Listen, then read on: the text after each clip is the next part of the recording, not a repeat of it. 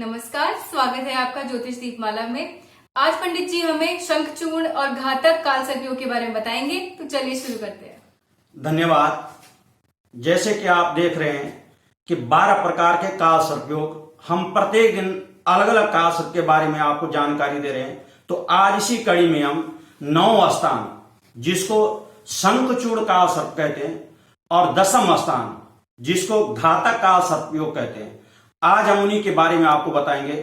पहले हम 9 स्थान में क्या देखते हैं। जब जन्मपत्री में बहुत सारे लोग हमारे पास आते हैं या अन्य लोगों के पास आते हैं, तो वो ये पूछते हैं कि 9वां स्थान किसका माना जाता है। 9वां स्थान तपस्या, कानून, धार्मिक प्रवृत्ति और छोटी विदेश यात्रा। जैसे आप कहते हैं कि भाई हम साउथ इंडिया चले गए, नॉर्थ इंडिया चले गए, गुजरात चले गए, महाराष्ट्र चले गए, बद्रीनाथ चले गए, केदार, उस यात्रा को हम 9वां स्थान से देखते हैं। तो जिन व्यक्तियों का ये शंखचूर्ण कालसर्पयोग है, वो पूरे जीवन में बहुत सारे ऐसे आते हैं कि हमने जीवन में कोई यात्रा नहीं की, हरिद्वार तक नहाने नहीं गए, तो उनका अवश्य उनकी पत्री में हो सकता है कि उनकी पत्री में 9वां स्थान में राहु हो और 30वें स्थान में केतु हो। तो इसको शंखचूर्ण कालसर्पयोग कहते हैं। इससे उनकी बार बार जो धार्मिक प्रवृत्ति है, बहुत सारे लोग नास्तिक हो जाते हैं कि जी हमने कोई तपस्या नहीं की। बहुत सारे लोग हमारे पास ऐसे आते हैं कि उन्होंने गायत्री मंत्र का भी अनुभव नहीं रहता है, गायत्री मंत्र का भी जाप, कहते हैं हम इस चीज को मानते नहीं है। तो उन लोगों को वो अवश्य अपनी पत्री किसी ज्योतिषी से या किसी विद्वान व्यक्ति से अवश्य चेक करा दें। कहीं ये ना हो कि आपकी पत्री में शंखचूर्ण कालसर्पयोग है और आप इस हिंदू सनातन धर्म संस्कृति से आप वांछित रहे। अगर हम देखते हैं कि घातक कालसर्प 10वां स्थान का, यह व्यक्ति का बहुत महत्वपूर्ण स्थान होता है। 10वां स्थान पिता स्थान।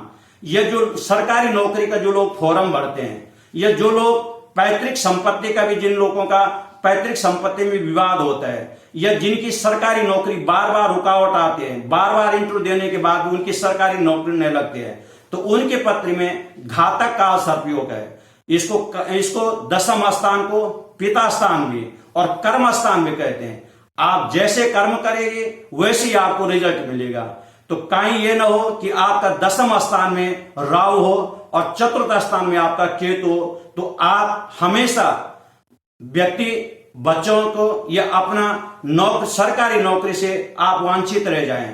तो मेरा उन लोगों से विशेषकर जो नौजवान है, जो भारत के युवा वर्ग है, चाहे लड़का है चाहे लड़की है, मेरा विशेषकर उन भाई बहनों के लिए निवेदन है कि वो अवश्य आधुनिक चकाचौंध को छोड़ करके अवश्य किसी ज्योतिषी से अपनी जन्मपत्री चेक करा दें।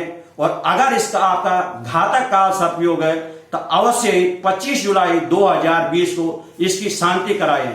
कहीं ये ना हो कि आप सरकारी नौकरी का फॉर्म तो आप भर रहे हैं, लेकिन आप कंपटीशन में सफलता आपके हाथ में लगे। धन्यवाद पंडित जी, आपने हमें काफी महत्वपूर्ण जानकारी दी। अगर इस वीडियो में आपको कुछ भी अच्छा लगा हो या आप हमसे कोई क्वेश्चन पूछना चाहते हैं, तो आप हमें ईमेल कर सकते हैं। ईमेल का लिंक डिस्क्रिप्शन बॉक्स में है और आपको वीडियो पर भी दिखाई दे रहा होगा, या फिर आप हमारे ऑफिस में भी विजिट कर सकते हैं। तो इस वीडियो को लाइक करना ना भूलें और इस चैनल को सब्सक्राइब करना ना भूलें। धन्यवाद।